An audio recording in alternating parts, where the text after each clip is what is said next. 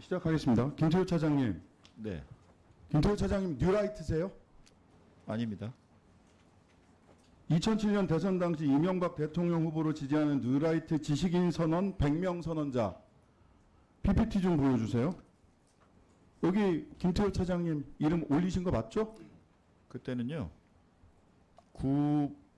올리신 거 맞죠? 네, 이름은 올리라 그랬습니다만은 참석하거나 그 이후에 연결된 적이 없습니다. 뉴라이트 백인 선언, 지식인 선언 올리신 거 맞잖아요. 그죠? 네, 거기에는 같이 이름. 근데 왜 지금은 뉴라이트가 아니세요? 그 이후에 활동한 적이 없기 때문입니다. 뉴라이트라는 게 부끄러우세요, 지금? 뉴라이트라고 제가 그때 이름을 쓴 것은 네. 구태의연한 우파 보수를 벗어나서 신선하고 참신한 젊은 우파 보수 지식인이 되자, 그래서 그 말을 듣고 이름을 쓰라 그랬던 그러면 겁니다. 뉴라이트는 지금 어떤 말로 쓰입니까? 그 이후에는 제가 모르겠습니다.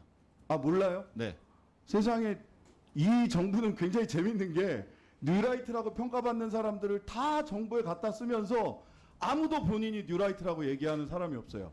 그렇게 부끄러운 호칭입니까? 뉴라이트의 개념을 많은 사람들이 정치적으로 재단을 했기 때문이라고 생각합니다. 뉴라이트가 본인이 생각하는 뉴라이트 개념은 뭡니까? 지금도 같습니다. 혁신적인 깨끗한 우파입니다. 아, 지금 뉴라이트로 평가받는 윤석열 정부에서 뉴라이트로 평가받는 분들 데려다 쓰는 분들 혁신적인 젊은 우파다 이런 분들 데려다 쓰는 거예요? 제가 인사권자가 아닙니다만 예. 뉴라이트를 생각하고 인사를 하신 적이 없을 것입니다. 세상에 우리는 그러면 뉴라이트는 세상에 없는데 허상을 두고 국민들이 야당들이 뉴라이트 비판을 하고 있는 거라고 그 차장님은 지금 말대로라면 논리적 연관성 속에서는 그렇게 평가하시겠네요? 세상에 뉴라이트가 있습니까 없습니까? 뉴라이트가 많이 악용되었고 정치권에서 변질되었다고 생각합니다. 누가 악용했습니까? 그것은 알아서 판단을 알아서요? 부탁드리겠습니다. 누구요? 국민의힘입니까? 조국혁신당과 민주당입니까?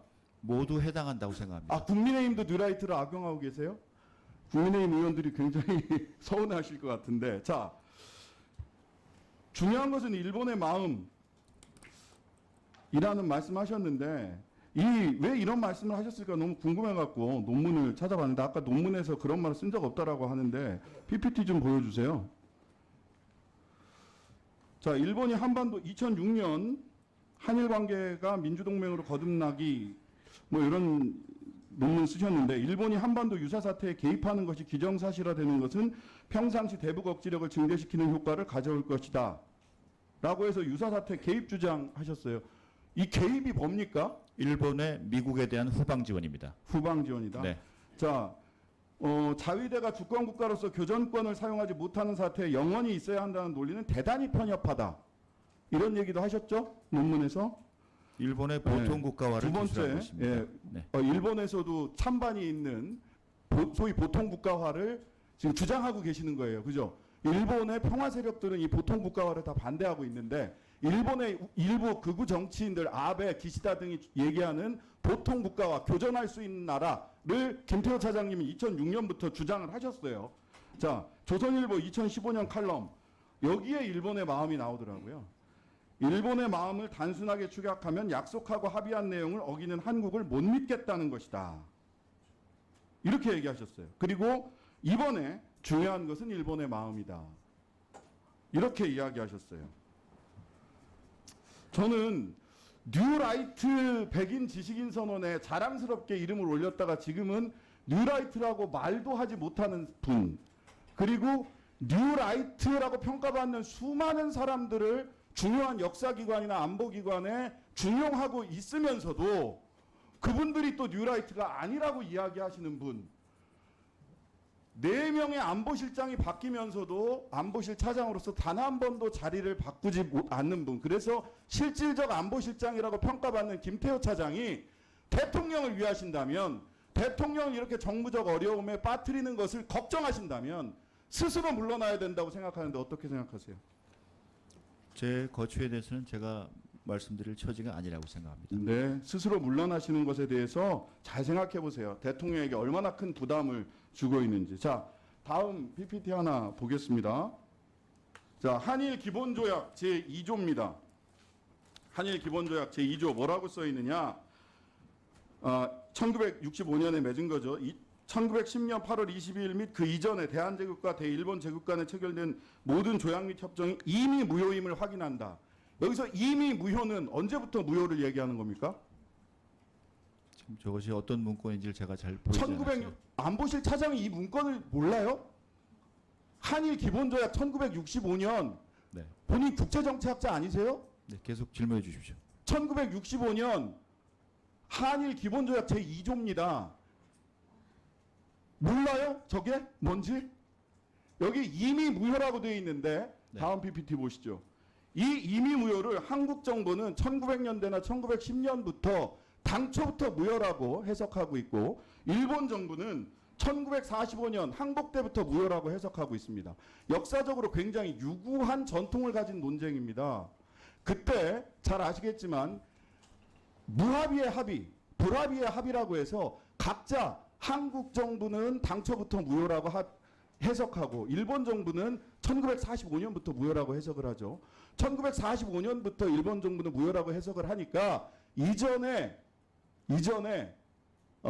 한국 불법 강점을 전부 다 합법이라고 얘기하는 거고 그러다 보니까 강제징용 피해자들은 조선반도 노동자로서 그저 일본 같은 나라에 어디에 가 있었던 것에 불과하게 된 겁니다.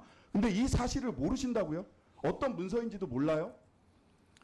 저는 대한제국 그리고 상해 임시정부부터 우리가 주장해온 을사조약의 무효 주장에 대해서 동의하고 국제법적으로 힘이 강했을 시절에 일방적으로 일본이 주장하는 그 해석은 그 당시대로 또 존재한다고 이렇게 생각합니다. 그 당시대로 어떻게 존재하는 겁니까?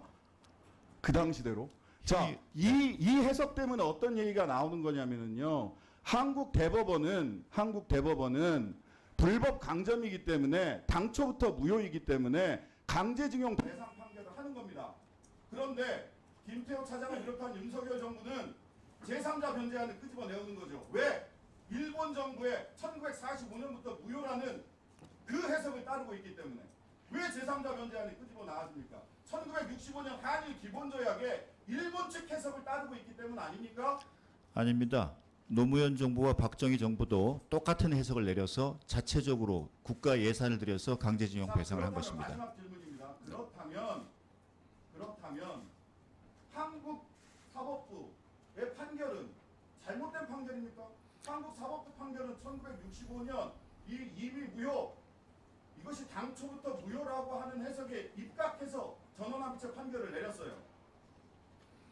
사법부의 이 판결을 김태호 차장과 윤석열 정권은 어떻게 판단하고 계십니까? 그것을 존중해야겠기에 거기에 해당하는 제3해법을 마련하고 이행하는 것입니다. 제3해법을 어떻게 마련을 합니까? 이거 뭐 앞뒤가 맞는 말씀을 하셔야죠. 네. 존중하는 사람이 어떻게 제3해법을 제3자 변제안을 마련하십니까? 네, 신장식 의원님. 네.